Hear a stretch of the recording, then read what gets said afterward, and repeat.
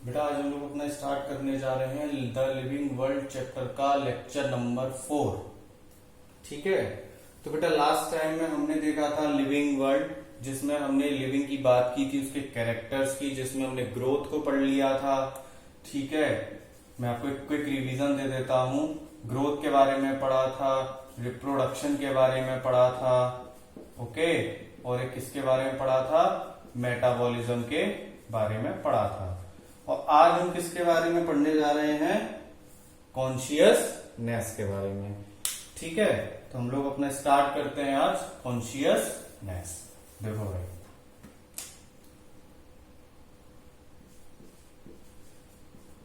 Consciousness, तो बेटा जो कॉन्शियसनेस क्या होता है कि ability to sense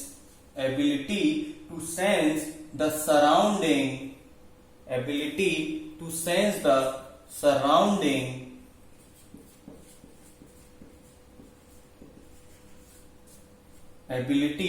to sense the surrounding environment and respond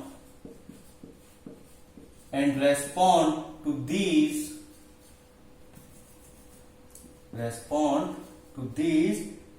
environmental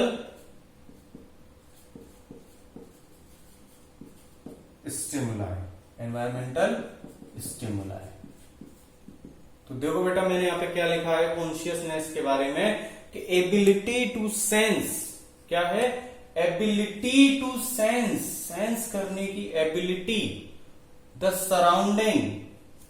ठीक है, ability to sense the surrounding environment, हमारे आसपास का जो, हमारे सराउंडिंग का जो एनवायरमेंट है, एंड रेस्पॉन्ड, और उसको रेस्पॉन्ड करना, and respond to these environment stimuli. ठीक है, जिसको हम क्या कहते हैं, एनवायरमेंटल स्टिमुलाई, जिसको हम क्या कहते हैं, कॉन्शियसनेस कहते हैं। तो देखो मैं आपको समझाता हूं कि कॉन्शियसनेस कहने का मतलब क्या है। ठीक है, ये एक एबिलिटी है सेंस करने की हमारे सराउंडिंग एनवायरमेंट को, और फिर हम क्या करते हैं, रेस्पॉन्ड करते हैं उस एनवायरमेंटल स्टिमुलाई को। ठीक है, तो आप पूछेंगे सर स्टिमुलाई क्या है, तो सबसे पहले स्टिमुलाई, जैसे कि मान लो कोई गेट है, उस गेट में से आपने किसी लायन को आते हुए देखा, तो उस लायन को जैसे ही आपने आते हुए देखा अपनी ओर, तो आप क्या करेंगे, तुरंत वहां से भागना चालू कर देंगे, और मैं क्लास में खड़े रह जाऊंगा कि सर को खा जाओ। आप देखते ही भागना चालू कर देंगे। तो आपने क्या किया, जैसे ही इस लायन को देखा ना, और भागना, रन चालू कर दिया, दौड़ना स्टार्ट कर दिया, यानी कि इसको देखा तो ये क्या हो गया, स्टिमुलाई।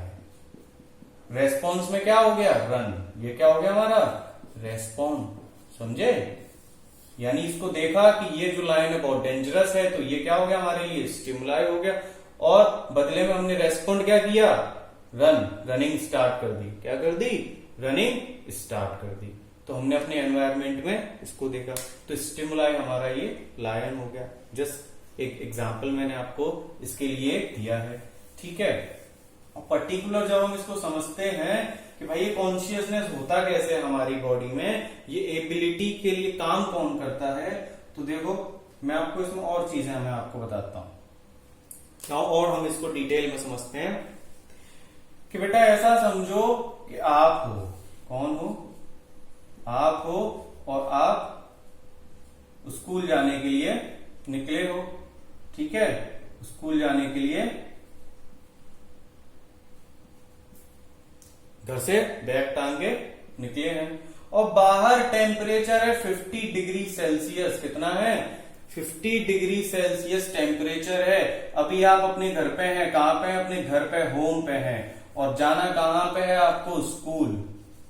जाना कहां पे है, स्कूल। और कैसे जाना है, वॉक करते हुए। कैसे जाना है, वॉक करते हुए जाना है। ठीक है, गर्मी कितनी है, बहुत ज्यादा है, कितनी, 50 डिग्री सेल्सियस। ठीक है, तो आपकी बॉडी यहां से यहां तक पहुंचने में क्या करेगी, भाई गर्मी बहुत ज्यादा है ना, क्या करेगी आपकी बॉडी, सर स्वेट रिलीज करेगी, और क्या करेगी, क्या करेगी, स्वेट रिलीज करेगी। तो बेटा ये जो स्वेट रिलीज हुआ क्या आपने अपनी बॉडी में कोई बटन दबाया, इस बटन को आपने प्रेस किया क्या कि हाँ भाई इस बटन को मैंने दबाया और स्वेट रिलीज हो गया, ऐसा कुछ किया क्या आपने? नहीं, ऐसा तो कुछ नहीं किया। ये आप मान लो कि आप यहां से स्कूल से घर आ रहे हैं, कहां आ रहे हैं? अपने होम आ रहे हैं। तो जब आप अपने होम आ रहे हैं तो टेम्परेचर कितना है? -5 डिग्री सेल्सियस है, ठीक है। और स्कूल में बढ़िया नॉर्मल टेम्परेचर है, स्कूल में क्या है? नॉर्मल टेम्परेचर है। और घर पे आने के वक्त क्या है? -5 डिग्री सेल्सियस टेम्परेचर, कम है ना। तब आप क्या करेंगे? आपकी बॉडी क्या करेगी? ये जो नन्ना मुन्ना सा ये जो बालक है, इसकी बॉडी क्या करेगी? सॉरी, हाथ ऐसा नहीं होता है, ऐसा होता है, ठीक है। क्या करेगी बॉडी? सर क्या करेगी? शिवरिंग करेगी। तो आपकी बॉडी में आपने फिर से कोई बटन दबाया क्या बेटा कि बाहर कोल्ड है, बाहर क्या है? बहुत कोल्ड है, तो आपने बटन प्रेस किया क्या कि हाँ भाई बटन प्रेस कर दिया, शिवरिंग स्टार्ट, बॉडी ने वाइब्रेशन करना स्टार्ट कर दिया, ठीक है। या यहाँ पे गर्मी बहुत ज्यादा थी तो आपने एक बटन रिलीज किया, ये जो बटन था आपने प्रेस कर दिया कि हाँ भाई स्वेट रिस्टार्ट, क्योंकि घर से स्कूल जाने में बहुत ज्यादा टेम्परेचर है, तो बॉडी क्या करेगी? स्वेट रिलीज करेगी। तो क्या आपकी बॉडी ने कोई बटन प्रेस किया था क्या आपने? या आपने घर पे बोला कि मम्मी रास्ते में बहुत गर्मी है, बटन स्टार्ट कर दो स्वेट का? ऐसा तो कुछ नहीं किया था ना ही आपने इस केस में किया था, ठीक है। तो ये जो मैकेनिज्म था कि हमारी बॉडी ने सेंस कर लिया कि भाई कोल्ड है या क्या है?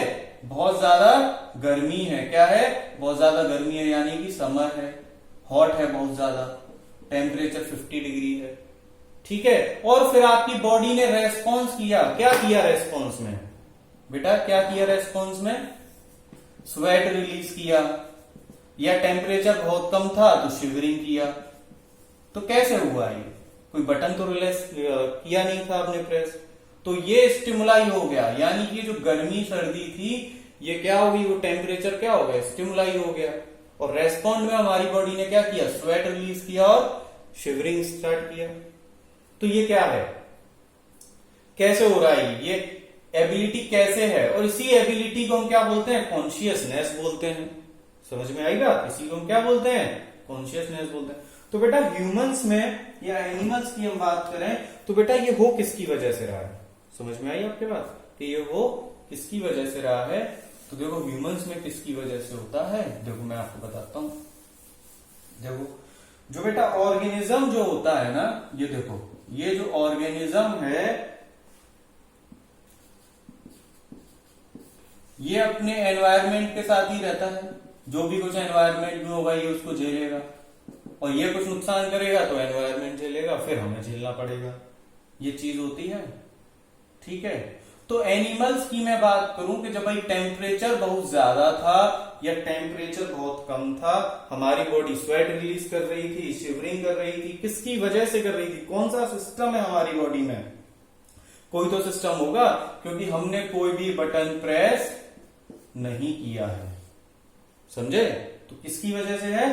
Presence of nervous system. क्या है हमारी बॉडी में? Presence of nervous system. हमारी बॉडी में क्या है?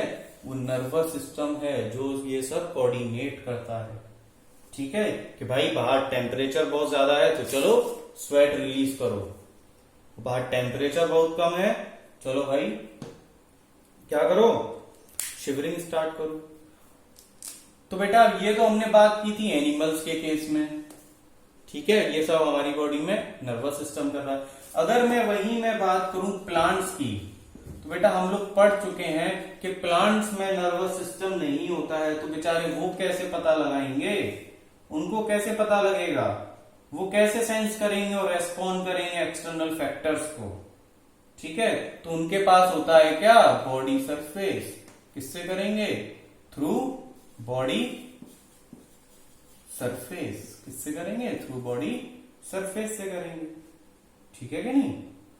ये याद रखना है आपको, ठीक है। बहुत ही ज्यादा इंपॉर्टेंट है कॉन्शियसनेस, ठीक है। और देखो बेटा आगे, यहां तक क्लियर? तो कॉन्शियसनेस क्या हो गया कि ability to sense the surrounding environment and respond to these environmental stimuli.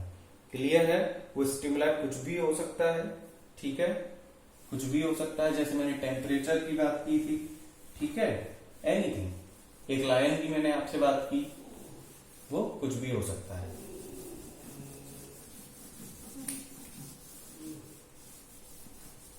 और देखो बेटा, और बात करते हैं। हाँ बेटा, जो कॉन्शियसनेस जो होता है ना, कि बहुत ही एक अच्छा लिविंग फैक्टर होता है। कैसा होता है? बहुत ही एक अच्छा लिविंग फीचर होता है, ठीक है, कॉम्प्लिकेटेड लिविंग फीचर होता है ये, ठीक है। और ये कैसा है? डिफाइनिंग है। कैसा है? डिफाइनिंग फीचर है। यहां पे कोई भी एक्सेप्शन नहीं है, नो एक्सेप्शन। इसीलिए तो डिफाइनिंग है ना। क्योंकि बेटा इस बोर्ड को मैं छत पे रख दूं, ये जो मेरा बोर्ड है, चाहे धूप हो चाहे सर्दी हो, ये तो कुछ ना शिवरिंग करेगा और ना ही क्या करेगा, स्वेट रिलीज करेगा, ठीक है। कुछ करेगा क्या? नहीं करेगा। ये मैं अपना मार्कर अगर मैं रख दूं तो ये कोई भी non living thing consciousness show नहीं करती है, ठीक है। यहाँ पे कोई एक्सेप्शन हमें देखने को नहीं मिलता है, इसीलिए ये कैसा है? डिफाइनिंग फीचर है, ठीक है। और देखो बेटा कि प्लांट्स जो होते हैं ना बेटा, हमारे प्लांट्स, ये भी बेटा क्या करते हैं? सेंस करते हैं, ठीक है। और सेंस करने के बाद क्या करते हैं? रेस्पॉन्ड करते हैं। सेंस करते हैं और रेस्पॉन्ड करते हैं। किसको? To external factors. किसको रेस्पॉन्ड करते हैं? एक्सटर्नल फैक्टर्स को। वो कौन कौन से हो सकते हैं?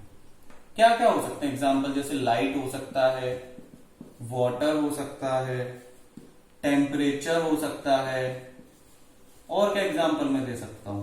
टेम्परेचर है, और भी कोई अदर ऑर्गेनिज्म है या पॉल्यूटेंट है, एक्सेट्रा, ठीक है। तो प्लांट्स भी हमारे सेंस करते हैं और रेस्पॉन्ड करते हैं, ठीक है। और देखो, और बेटा जितने भी ऑर्गेनिज्म हैं, और देखो मैं और बताता हूं कि जितने भी ऑर्गेनिजम्स हैं, प्रोकैरियोट से लेके कॉम्प्लेक्स यूकैरियोट तक, यानी कि ऑल ऑर्गेनिज्म, जितने भी ऑर्गेनिजम्स हैं, ऑल ऑर्गेनिजम्स, यानी कि कौन कौन से? प्रोकैरियोट से लेके कहां तक? कॉम्प्लेक्स यूकैरियोट तक। कहां तक? कॉम्प्लेक्स यूकैरियोट्स तक। सबके सब क्या शो करते हैं? कॉन्शियसनेस शो करते हैं। क्या करते हैं? सबके सब कॉन्शियसनेस शो करते हैं। किसको? एनवायरमेंटल क्यूज को। किसको करते हैं? एनवायरमेंटल क्यूज को, ठीक है। जितने भी ऑर्गेनिज्म है, प्रोकैरियोट से लेके यूकैरियोट्स तक, ठीक है। और देखो इसका और कॉमन में आपको एग्जांपल अगर मैं बताऊं, ठीक है, तो बेटा कॉमन और एग्जांपल आप देखेंगे तो देखिए कि जैसे कि प्लांट्स जो होते हैं, ठीक है, कि कॉन्शियसनेस के कुछ और एग्जांपल्स अगर मैं बात करूं तो देखो बेटा एग्जांपल जैसे प्लांट, बेटा प्लांट्स जो होते हैं वो परफॉर्म करते हैं फ्लावरिंग। क्या परफॉर्म करते हैं? फ्लावरिंग परफॉर्म करते हैं। कब करते हैं? एक पर्टिकुलर सीजन में करते हैं। कब करते हैं? एक पर्टिकुलर सीजन में करते हैं, ठीक है। पर्टिकुलर सीजन होता है जब ये क्या करते हैं? परफॉर्म करते हैं फ्लावरिंग, ओके, जिसको हम लोग क्या बोलते हैं? फोटोपैरेटिज्म बोलते हैं, ठीक है। और बेटा कुछ एनिमल्स होते हैं, क्या होते हैं? कुछ एनिमल्स होते हैं जो क्या करते हैं? पर्टिकुलर सीजन में ही ब्रीडिंग परफॉर्म करते हैं। क्या करते हैं? Perform breeding in a particular season. Particular season में ही ब्रीडिंग परफॉर्म करते हैं, ठीक है, सीजन ओनली, जिनको हम क्या बोलते हैं? सीजनल ब्रीडर्स बोलते हैं। क्या बोलते हैं? Seasonal breeders, okay. तो ये कुछ और एग्जांपल्स वगैरह मैंने आपको बताए, ठीक है। और हम अभी आगे पढ़ेंगे। और देखो यहाँ तक नोट कर लो सबके सब, ठीक है, इधर उधर ध्यान को मत भटकाओ, सब नोट करो ध्यान से। और देखो बेटा आगे देखो एक और चीज बेटा, एक चीज मैं बताता हूं आपको, high degree of self consciousness. क्या? हाई डिग्री ऑफ कॉन्शियसनेस,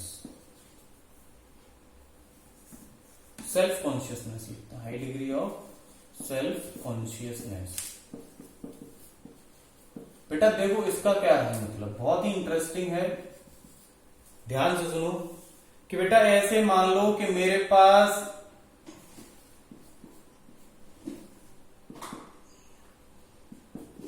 एक ये आदमी है, ठीक है, ये एक मैन है, और मेरे पास एक ये डॉग है। कौन है? मेरे पास एक ये डॉग है, इस तरीके से उसकी टंग होती है, ये डॉग है मेरे पास, ठीक है। और बेटा मेरे पास ये दो रूम है। क्या है? मेरे पास ये दो रूम है, इस रूम पे यहां बढ़िया सा एक एसी लगा हुआ है। क्या लगा हुआ है? एसी लगा हुआ है, एसी, ठीक है। और देखो तो बेटा एक रूम में तो मैंने क्या किया, और बेटा गर्मी जो है, देखो मैंने क्या किया स्टार्टिंग से कि इस मैन को, इस एक आदमी को मैंने यहां बंद कर दिया, और इस एक डॉग को मैंने यहां बंद कर दिया, ठीक है। और बेटा गर्मी बहुत ज्यादा है, 50 डिग्री सेल्सियस टेम्परेचर है। गर्मी कितनी है? 50 डिग्री सेल्सियस टेम्परेचर है, ठीक है, बहुत ज्यादा गर्मी है। तो बेटा और ये इसका दरवाजा है, यहां पे ये क्या है? इसका दरवाजा है, ऐसा मान लो ये क्या है? डोर है, ठीक है। तो बेटा जब इस डॉगी को, ये डॉग है, जब इस डॉग को गर्मी लगेगी, ठीक है, जब इस डॉग को गर्मी लगेगी तो ये डॉग क्या करेगा? इस दरवाजे को तोड़ना स्टार्ट करेगा, हाथ पैर मारना इस दरवाजे पे स्टार्ट करेगा। और वहीं जब इस मैन को गर्मी लगेगी, जब इस मैन को गर्मी लगेगी तो यहां से ये इस एसी के रिमोट को उठाएगा और एसी को ऑन कर लेगा। क्या कर लेगा? एसी को ऑन कर लेगा। तो इसी को हम क्या बोलते हैं? High degree of self consciousness. क्या बोलते हैं? High degree of self consciousness. क्योंकि बेटा ये जो ह्यूमन जो होता है ना, ये ह्यूमन जो होता है इसमें very high level of consciousness पाया जाता है। क्या पाया जाता है? High level of consciousness. क्योंकि बेटा यहां पे क्या होता है? Very well developed,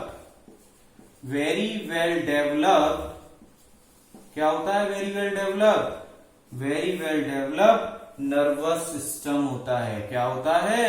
very well developed nervous system present होता है, ठीक है ना। और supreme level of skill communication present होता है।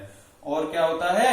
सुप्रीम लेवल, मैं सब लिख देता हूं आपके लिए, supreme level of consciousness, supreme level of consciousness present होता है, जिसको हम लोग क्या बोलते हैं? High degree of self consciousness बोलते हैं, जो ओनली किसमें मिलेगा? ह्यूमंस में मिलेगा, ओनली इन ह्यूमंस में ही प्रेजेंट होगा, ठीक है। मैंने आपको समझाने के लिए डॉग का और एक मैन का एग्जांपल दिया, ठीक है। तो याद रखना है कि high degree of self consciousness किसमें प्रेजेंट होगा?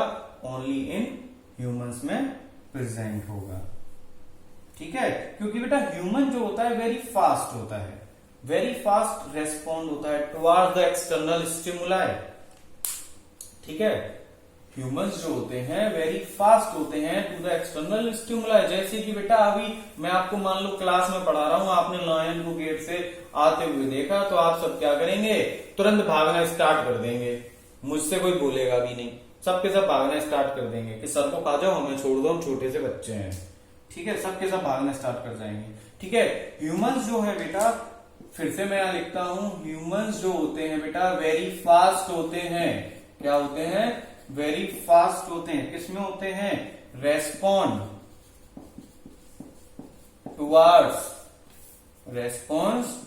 Towards external stimuli. क्यों होते हैं? क्योंकि बेटा इट कैन थिंक, क्योंकि वो सोच सकते हैं। कैन थिंक, सोच सकते हैं, ठीक है ना, प्रिडिक्ट कर सकते हैं और अपना डिसीजन ले सकते हैं और अपने आप को प्रिपेयर कर सकते हैं। इट कैन प्रिपेयर, वो अपने आप को प्रिपेयर कर सकते हैं। They can prepare itself according to the surrounding situations. वो क्या कर सकते हैं? वो खुद को प्रिपेयर कर सकते हैं अकॉर्डिंग टू सराउंडिंग सिचुएशंस।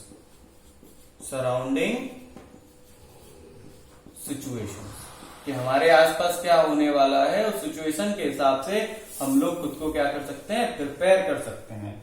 ठीक है, तो ये बेटा ह्यूमंस की कहानी है। याद रखना कि जो सेल्फ कॉन्शियसनेस वाली जो बात है, high degree of self consciousness, वो केवल ह्यूमंस में ही पाया जाता है।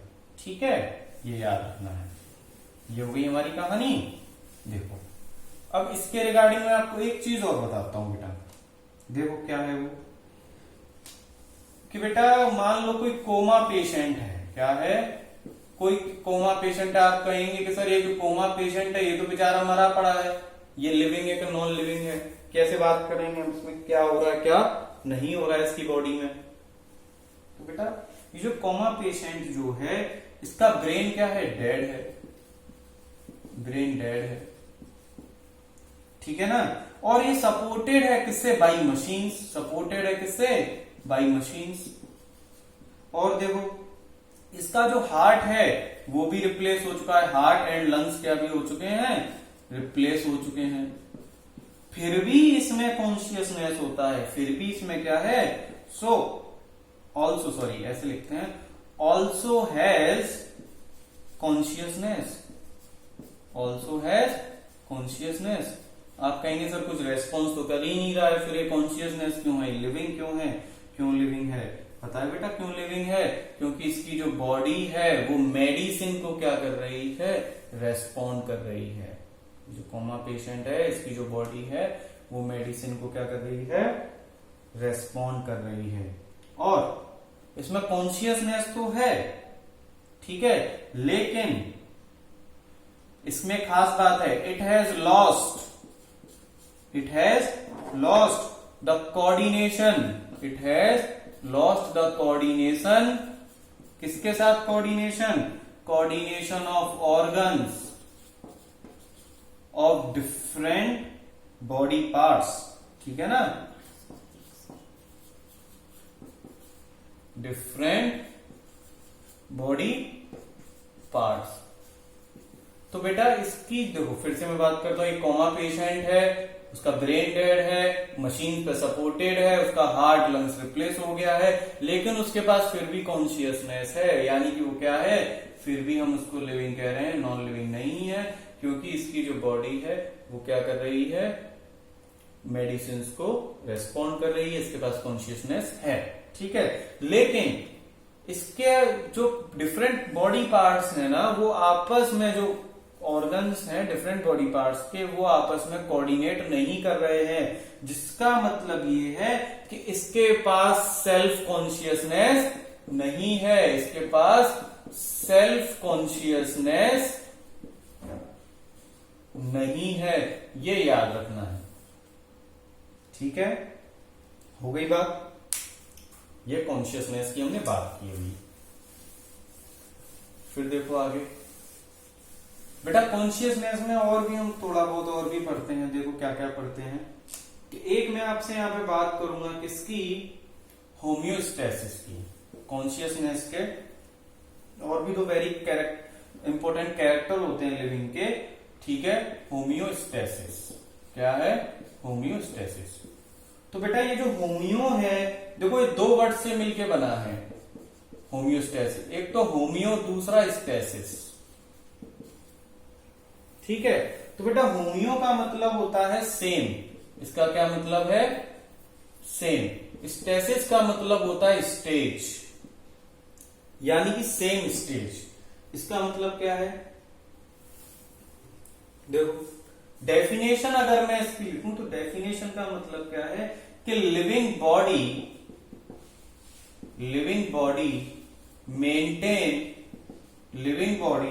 Maintain their similar condition, living body maintain their similar condition according their environment. ठीक है, तो देखो होम्योस्टेसिस को सिमिलर में आपको मैं बताऊं, देखो सिमिलर सबसे आसान भाषा में ऐसे समझ सकते हैं कि देखो ये फिर से आप में से कोई बच्चा है जिसको घूमने का बहुत ज्यादा शौक है कि सर मुझे तो हर गर्मियों की छुट्टियों में कहीं ना कहीं साल में 2 बार जाना रहता है। तो बेटा मैंने क्या किया, एक बार इसको कहाँ भेज दिया, डेजर्ट में भेज दिया घूमने, और एक बार मैंने इसको अंटार्कटिका पे भेज दिया। कहाँ भेज दिया, अंटार्कटिका पे भेज दिया। बेटा डेजर्ट पे जाएगा तो वहां पे जो टेम्परेचर है मान लो 50 डिग्री सेल्सियस है, यानी कि बहुत ही ज्यादा हॉट है। अंटार्कटिका पे जाएगा तो मान लो यहाँ पे हमने मान ली -10 डिग्री सेल्सियस है, यानी कि क्या है, बहुत ज्यादा कोल्ड है। ठीक है, तो जब डेजर्ट में घूमने गया तो उसकी बॉडी इतने टेम्परेचर में क्या करेगी, स्वेट रिलीज करेगी। ठीक है, मर थोड़ी जाएगा ये बच्चा। हम घूमने जाते हैं ना, क्या वो पर्सन जो है उसकी डेथ हो जाएगी, नहीं होगी ना। बॉडी क्या करेगी हमारी, इतनी गर्मी है, स्वेट रिलीज करेगी। यानी हमारा इंटरनल पैरामीटर जो भी है उसको क्या रखेगी, सेम स्टेज में रखेगी। यानी कि ये जो पर्सन है, ये जो बच्चा है, जब डेजर्ट से घूमने के बाद आया तो ऐसा थोड़ा ही है इसके जो ऐसे ऐसे कान थे, ईयर थे, वो ऐसे बड़े बड़े कुछ हो गए, ऐसा थोड़ी कुछ होगा। या इसके काले लंबे घने बाल जो थे वो पूरे के पूरे व्हाइट हो गए, ऐसा थोड़ी कुछ होगा। कि इसके घर वाले इसको पहचानने से मना कर देंगे कि तुम क्या जुपिटर पे से आए हो, ऐसा तो कुछ भी नहीं होगा। यानी कि होम्योस्टेसिस क्या है कि हम चाहे डेजर्ट पे चले जाएं या अंटार्कटिका पे चले जाएं, अंटार्कटिका पे जाएंगे तो बॉडी क्या करेगी, शिवरिंग करेगी क्या नहीं। लेकिन हमारा जो इंटरनल पैरामीटर है हमारी बॉडी का, बेटा वो तो सेम ही रहेगा ना, वो थोड़ी ना कुछ बदल जाएगा। चाहे टेम्परेचर -50 डिग्री हो जाए या 50 डिग्री हो जाए, हमारा तो कुछ बदलेगा नहीं। तो हम लोग हमेशा सेम स्टेज में ही रहेंगे। ठीक है, चाहे हम अंटार्कटिका घूमने जाएं या डेजर्ट घूमने जाएं। तो होम्योस्टेसिस को क्या कहते हैं कि लिविंग बॉडी जो होती है अपने सिमिलर कंडीशन को क्या रखती है, सिमिलर बना के रखती है, मेंटेन करके रखती है सेम स्टेज में। जैसे कि मान लो मैंने भी आपको स्कूल जाने का दिया था ना, कि आप लोग स्कूल जा रहे थे तो बहुत ज्यादा टेम्परेचर था, गर्मी थी, स्कूल पहुंच गए, फिर स्कूल से घर आए तो क्या घर वालों ने पहचानने से मना कर दिया कि भाई पता नहीं ऐसा क्या चेंज हो गया आपकी बॉडी में कि भाई वॉक करते हुए गए थे, ऐसा कुछ चेंज थोड़ी हुआ। हम जैसे गए थे वैसे आ गए। रास्ते में बहुत गर्मी बहुत ज्यादा थी तो हमने स्वेट रिलीज किया, फिर से हम अपने नॉर्मल टेम्परेचर में आ गए, स्वेट रिलीज बंद हो गया, घर पे हम आके हमने फिर से एसी ऑन कर लिया। हम कैसे रहे, सेम ही रहे ना। हमारे कोई ईयर या हाथ पैर ऐसा तो नहीं है कोई एक और उंगली बढ़ गई हो या कुछ भी हो गया, ऐसा तो कुछ भी नहीं होगा। तो हमारी जो बॉडी जो होती है वो कैसी रही, internal parameter, internal condition same रही। ठीक है ना, तो उसको हम लोग कहते हैं होम्योस्टेसिस। बेटा अगला देखो, अगला मैं आपको पढ़ाता हूं क्या, एडप्टेशन। इसमें और क्या पढ़ाता हूं, एडप्टेशन। बेटा एडप्टेशन कहने का क्या मतलब होता है, जैसे आपने कई बार सुना भी होगा एडप्ट कर लिया, क्या कर लिया, एडप्ट कर लिया। ठीक है, तो एडप्ट कहने का क्या मतलब है, अगर मैं सिंपल लैंग्वेज में अगर मैं यहाँ पे आपको बताऊं कि living adjustment their environment through the modification of the body और through the changes of the body. यानी कि जो लिविंग बॉडी जो है, लिविंग क्या करेगा बेटा, एडजस्टमेंट कर लेगा। क्या कर लेगा, एडजस्टमेंट कर लेगा। ठीक है ना, कैसे कर लेगा भाई, उनका जो एनवायरमेंट है उसके अकॉर्डिंग क्या करेगा, एडजस्टमेंट कर लेगा, या कुछ ना कुछ मॉडिफिकेशन कर लेगा। क्या कर लेगा, मॉडिफिकेशन कर लेगा। जैसे कि मॉडिफिकेशन कर लेगा, एडजस्टमेंट कर लेगा। क्यों कर लेगा, क्योंकि वो उस एनवायरमेंट को क्या करेगा, बेटर सूट करेगा। ठीक है, जैसे कि आपने देखा होगा कि आप कहीं हिल वगैरह पे जाते होंगे तो वहां पे आपको जो पेट्स वगैरह जो देखने को मिलते होंगे, डॉगी वगैरह, बेटा उनकी पूरी बॉडी पे जो फर जो होते हैं, हेयर्स जो होते हैं, वो आपको बहुत ज्यादा मिलेंगे एज कंपेयर टू फील्ड वाले जो होंगे। ठीक है, तो उनकी बॉडी ने क्या किया है कि उसको एडप्ट कर लिया है वहां पे। ठीक है, तो उनकी बॉडी को मॉडिफिकेशन हमें देखने को मिला है। ठीक है, और इसकी अगर डेफिनेशन अगर मैं लिखूं तो क्या लिख सकते हैं, एज इट इज एडेप्टेशन की। क्या है एडेप्टेशन? और ये काफी डिस्टिंक्ट फीचर होता है बेटा लिविंग बींग्स का। ठीक है, बहुत ही एक अच्छा फीचर है। तो एडेप्टेशन होकर क्या रहा है, एडेप्टेशन देखो कि ये ऑर्गेनिज्म को क्या बना रहा है कि विच makes the organism better suited to its environment। ठीक है, जिसमें इसकी बॉडी क्या कर रही है भाई, एडजस्टमेंट कर ले रही है अपने एनवायरमेंट के हिसाब से। एडप्ट इसीलिए तो वर्ड यूज करते हैं एडप्ट, हमने उसको एडप्ट कर लिया उस मौसम को, हम उसमें रह सकते हैं, एडजस्ट कर लिया है, या हमने वहां पर मॉडिफिकेशन कर लिया भाई, हमारी बॉडी में कुछ मॉडिफिकेशन हो गया है।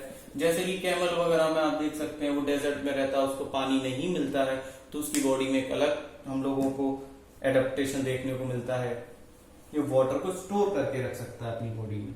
ठीक है, तो मॉडिफिकेशन ऑफ द बॉडी हो जाता है या चेंजेस ऑफ द बॉडी हो जाता है, ये क्या है हमारा एडेप्टेशन है। ठीक है, अब आगे जो हम पढ़ेंगे बेटा, आगे है हमारा टॉपिक सेल्यूलर ऑर्गेनाइजेशन। क्या है, सेल्यूलर ऑर्गेनाइजेशन। ठीक है, देखो बेटा ये हमारा कंप्लीट हो गया है कॉन्शियसनेस। ओके, अगला देखो क्या बोला था मैंने, सेल्यूलर ऑर्गेनाइजेशन। सेल्यूलर ऑर्गेनाइजेशन बेटा, सेल्यूलर ऑर्गेनाइजेशन आप कह सकते हैं या आप इसको लेवल ऑफ ऑर्गेनाइजेशन कह सकते हैं। क्या कह सकते हैं, लेवल ऑफ ऑर्गेनाइजेशन।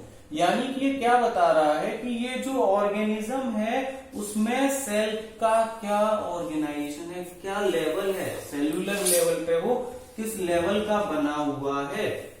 ठीक है, किस लेवल का बना हुआ। सेल की बात कर रहे हैं, सेल क्या होता है, लिविंग। क्या होता है, लिविंग।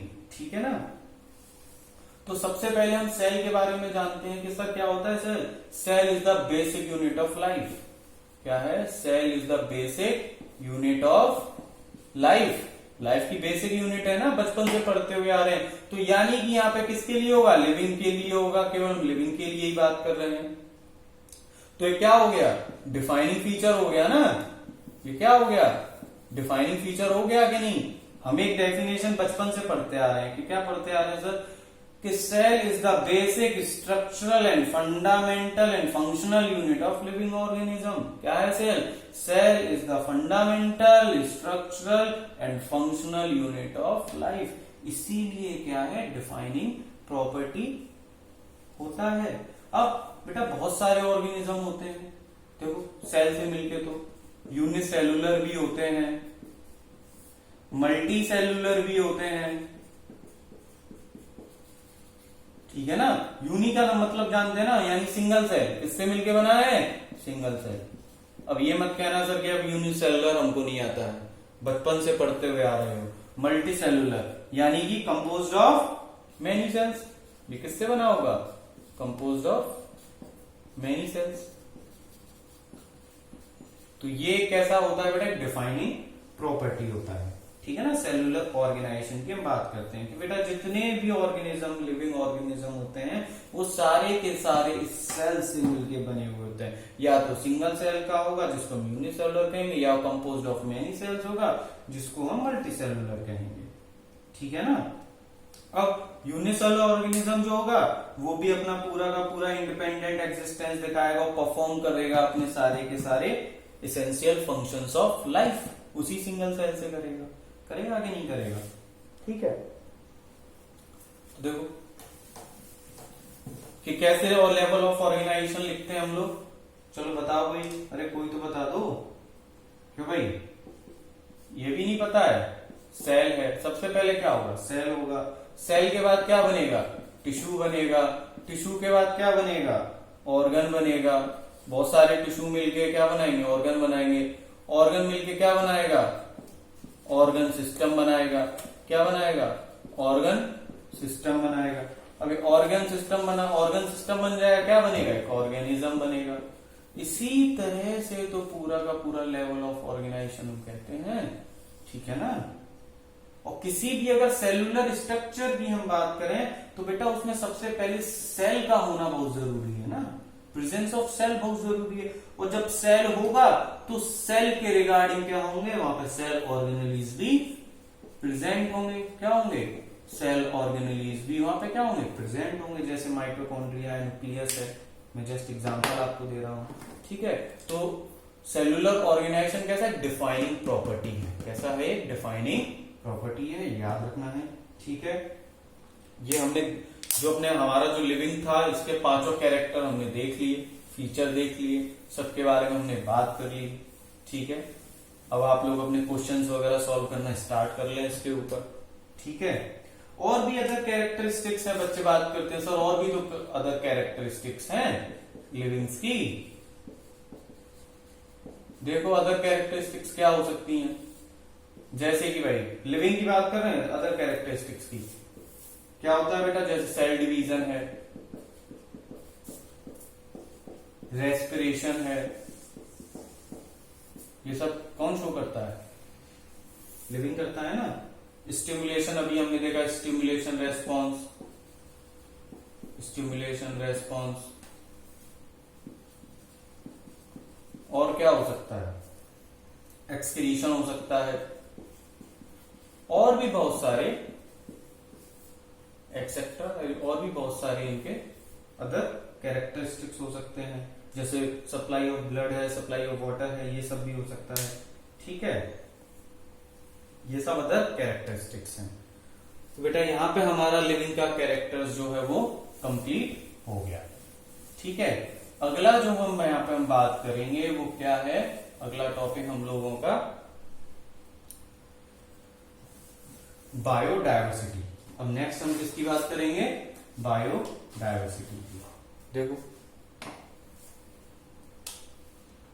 बायोडायवर्सिटी,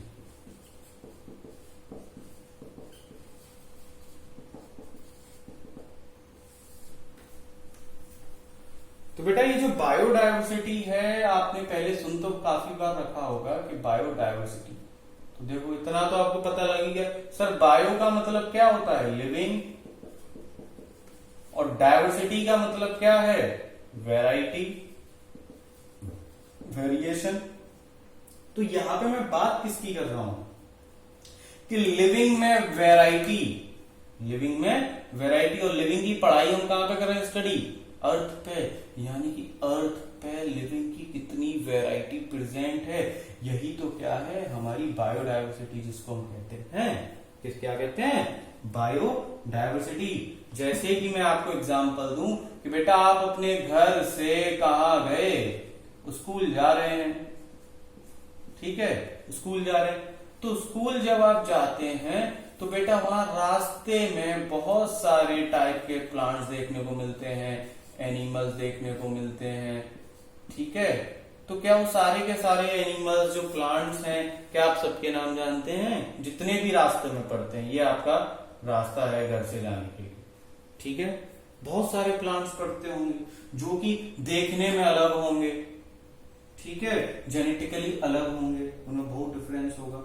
तो ये इतने सारे, सोचो एक तो हम पर्टिकुलर एक एरिया की बात करें तो इस अर्थ पे कितने सारे टाइप के प्लांट्स एनिमल्स होंगे, ठीक है।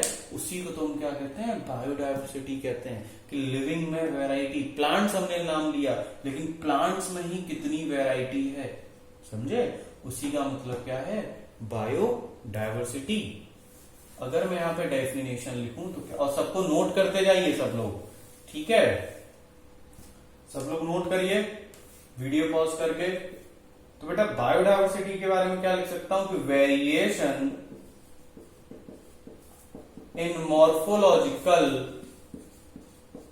variation in morphological and genetical between organism on अर्थ पे तो बात कर रहे हैं हम लिविंग की।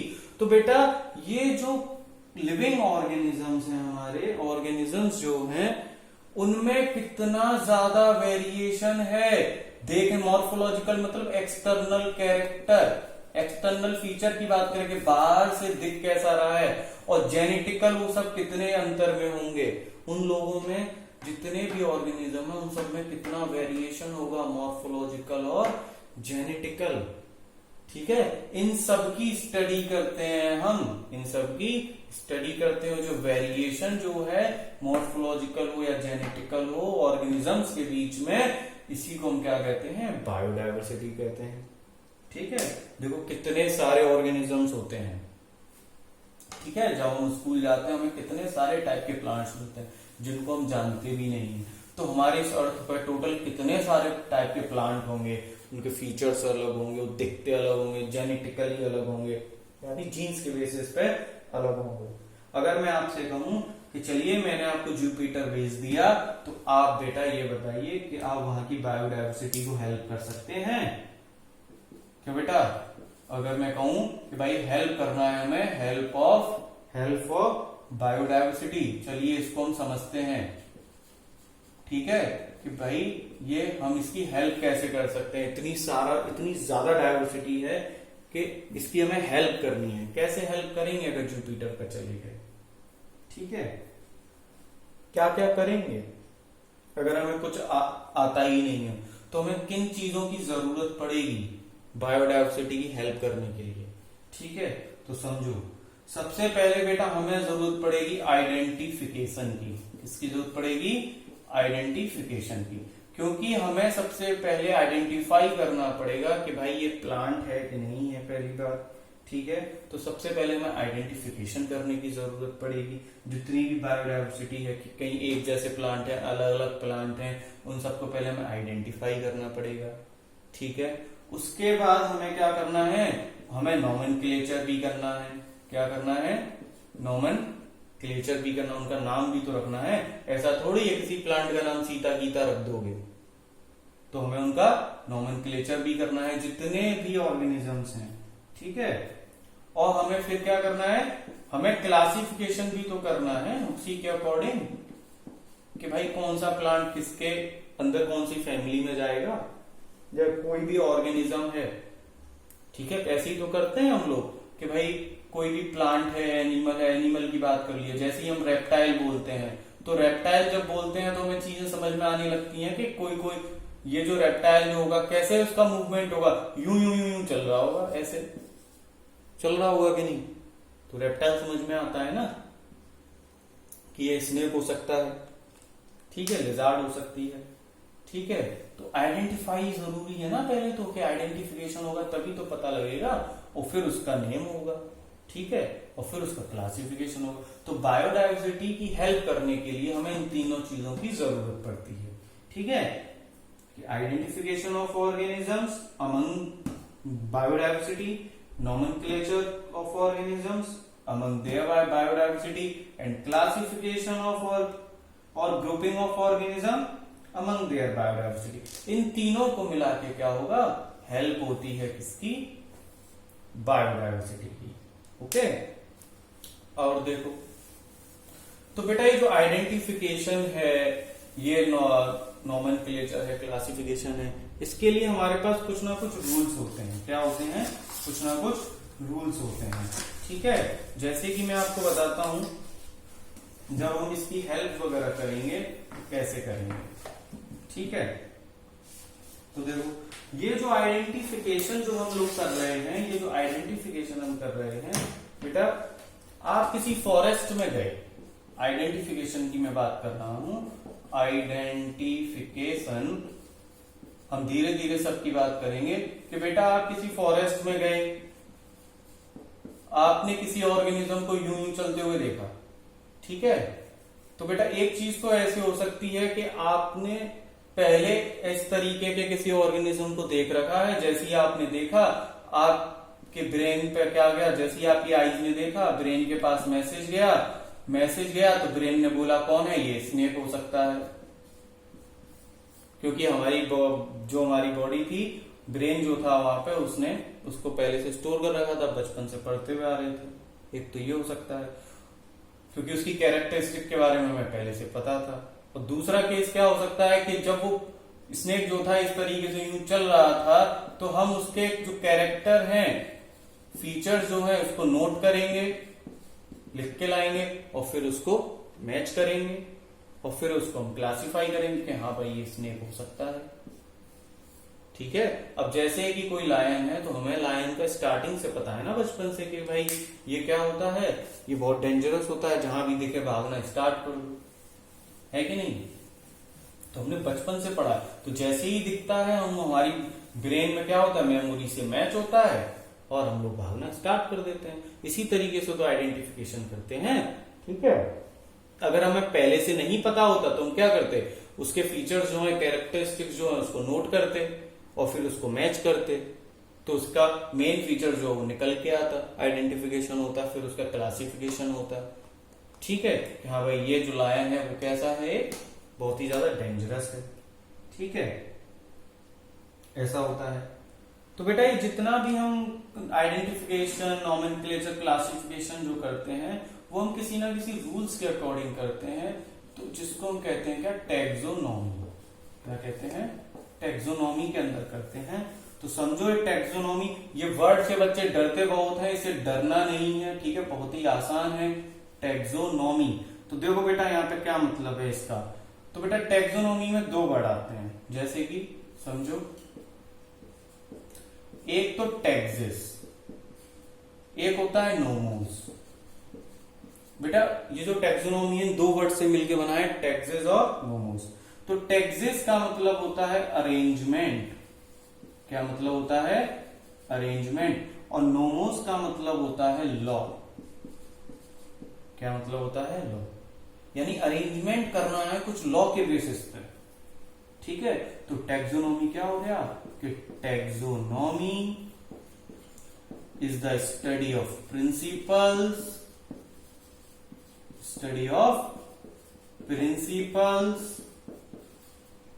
एंड प्रोसीजर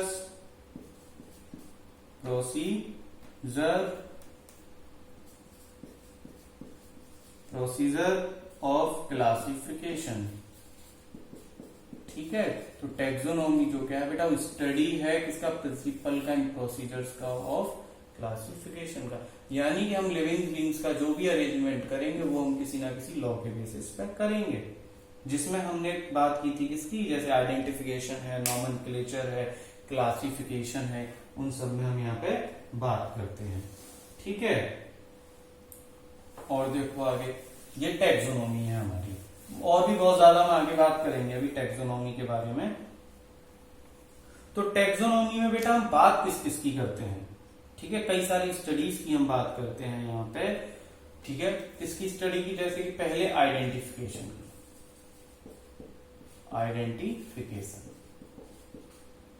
ठीक है, यानी कि taxonomy includes study of following points. First one is identification. ठीक है, तो आइडेंटिफिकेशन में हम क्या कर रहे हैं कि ये एक प्रोसेस है, ये एक प्रोसेस है जिसमें एक ऑर्गेनिज्म जो है, a process by which an organism is recognised from the others and is assigned to a particular taxonomic group is called identification. तो मैं डेफिनेशन लिखूं, अ प्रोसेस बाय विच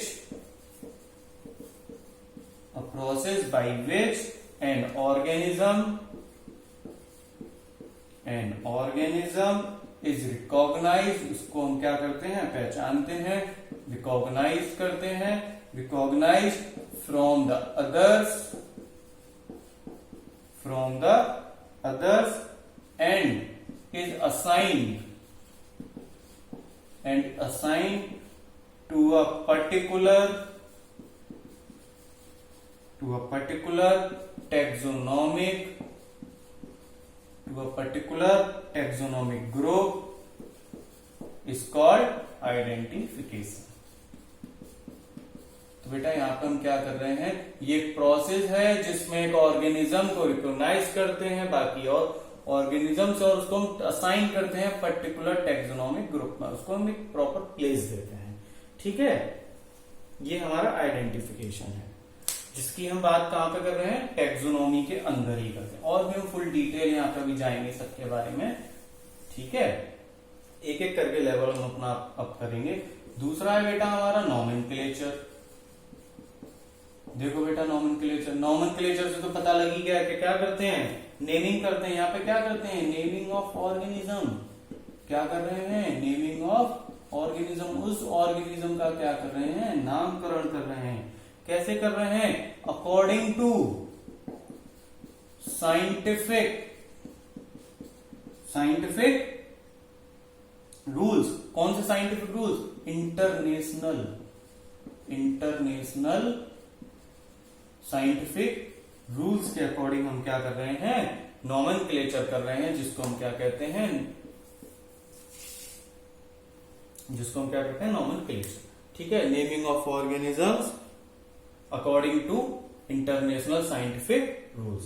वो साइंटिफिक रूल्स क्या है उसकी भी हम यहाँ पे हम बात करेंगे। तो बेटा थर्ड है हमारा क्लासिफिकेशन। क्या है, क्लासिफिकेशन। तो देखो बेटा क्लासिफिकेशन क्या है, ये क्या है, ये प्रोसेस है, प्रोसेस बाय विच क्या करेंगे, बाय विच एक जो ऑर्गेनिज्म है उस ऑर्गेनिजम्स को हम ग्रुप्ड करेंगे। क्या करेंगे, किसी ग्रुप में रखेंगे, यानी कि किसी पर्टिकुलर एक कैटेगरी में डालेंगे। किसमें डालेंगे, पर्टिकुलर एक कैटेगरी में रखेंगे। ठीक है, कैसे, कौन सी कैटेगरी में कैसे रखेंगे, क्या करेंगे वहां पे बेटा, हमने उसको जो ऑन द बेसिस ऑफ, कैसे रखेंगे, on the basis of same easily observable characters, जो हमने उसके कैरेक्टर्स ऑब्जर्व किए हैं उसके बेसिस पे हम इसको क्या कर देंगे, ग्रुप कर देंगे, कैटेगरी में डाल देंगे कहीं। उस प्रोसेस को क्या कहते हैं, क्लासिफिकेशन। जैसे कि आपके स्कूल में होता है ना, क्लास 1, क्लास 2, 3, 11th, 12th। तो बेटा 11th में बायो वाले अलग होंगे, मैथ वाले अलग होंगे, ऐसे 12th में मैथ वाले अलग होंगे, बायो वाले अलग होंगे, कॉमर्स वाले अलग होंगे। तो वहां पे क्लासिफिकेशन कर दिया है ना बच्चों के आधार पर, सब्जेक्ट के आधार पर। तो एज इट इज को क्या कहते हैं हम, क्लासिफिकेशन। उसी तरीके से हम ऑर्गेनिजम्स को भी कैटेगरी में रख देते हैं। ठीक है, इसका नेक्स्ट हम अपने नेक्स्ट लेक्चर में पढ़ेंगे। Okay, thank you.